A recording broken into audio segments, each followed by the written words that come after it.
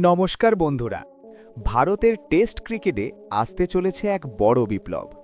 2024 এবং 2025 সালে ঘরের মাঠে নিউজিল্যান্ড এবং দক্ষিণ আফ্রিকার বিরুদ্ধে টেস্ট সিরিজে হারের পর এবার বড় পদক্ষেপ নিল বিসিসিআই। ভারতের লাল বলের ক্রিকেটকে আবারও শক্তিশালী করতে ভিভিএস লক্ষণের তত্ত্বাবধানে তৈরি হয়েছে এক বিস্তৃত মাস্টার প্ল্যান। আর এই প্ল্যানের মূল লক্ষ্য একটাই, আগামী 10 বছরের জন্য ভারতের টেস্ট দলের ভবিষ্যৎ তারকা তৈরি করা। বন্ধুরা, ভিডিওটা শেষ পর্যন্ত দেখুন, কারণ শেষে বলবো কোন কোন তরুণ ক্রিকেটার এই পরিকল্পনার সবচেয়ে বড় মুখ হতে চলেছে। বিসিসিআই সূত্রে জানা গেছে, জুন-জুলাই মাসে বেঙ্গালুরুর সেন্টার অফ এক্সেলেন্সে একটি বিশেষ 4 দিনের লাল বলের ইন্ট্রা টুর্নামেন্ট আয়োজন করা হবে। এই টুর্নামেন্টে অংশ নেবে 25 বছরের নিচের 64 জন তরুণ ক্রিকেটার। এই 64 জনকে ভাগ করা হবে 4টি দলে। প্রতি দলে থাকবে 16 জন করে খেলোয়াড়।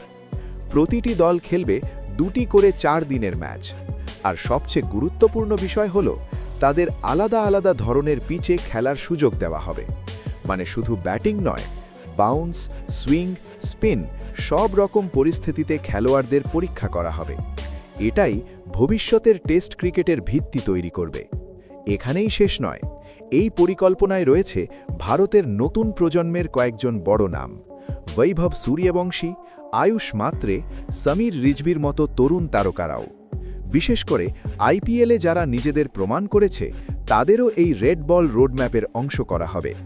এর মানে স্পষ্ট, বিসিসিআই এখন শুধু টি20 নয়, টেস্ট ক্রিকেটের ভবিষ্যৎ নিয়েও খুব সিরিয়াস। বন্ধুরা, যদি তোমরা টিম ইন্ডিয়ার ফিউচার স্টার্স নিয়ে এমন আপডেটস পেতে চাও, তাহলে এখনই চ্যানেলটি সাবস্ক্রাইব করে দাও। আরও বড় খবর হলো, আইপিএল শেষ হওয়ার পর ইন্ডিয়া আন্ডার-19 এবং ইমার্জিং আন্ডার-25 দল শ্রীলঙ্কা সফরে যাবে। সেখানে তারা খেলবে 4 দিনের রেড বল ম্যাচ। এই দল নির্বাচন করা হবে ঠিক এই ইন্ট্রা টুর্নামেন্টের পারফরম্যান্সের ভিত্তিতে।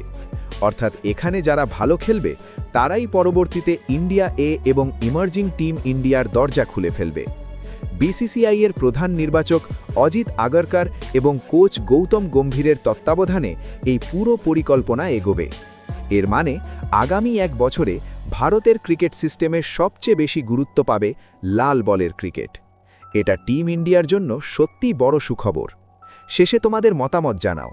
বৈভব সূর্যবংশী আর আয়ুষ মাত্রে কি ভবিষ্যতে টিম ইন্ডিয়ার টেস্ট তারকা হতে পারবে? কমেন্টে অবশ্যই জানাও। আর এমন সব ক্রিকেট ব্রেকিং নিউজের জন্য চ্যানেলটি সাবস্ক্রাইব করে রেখো।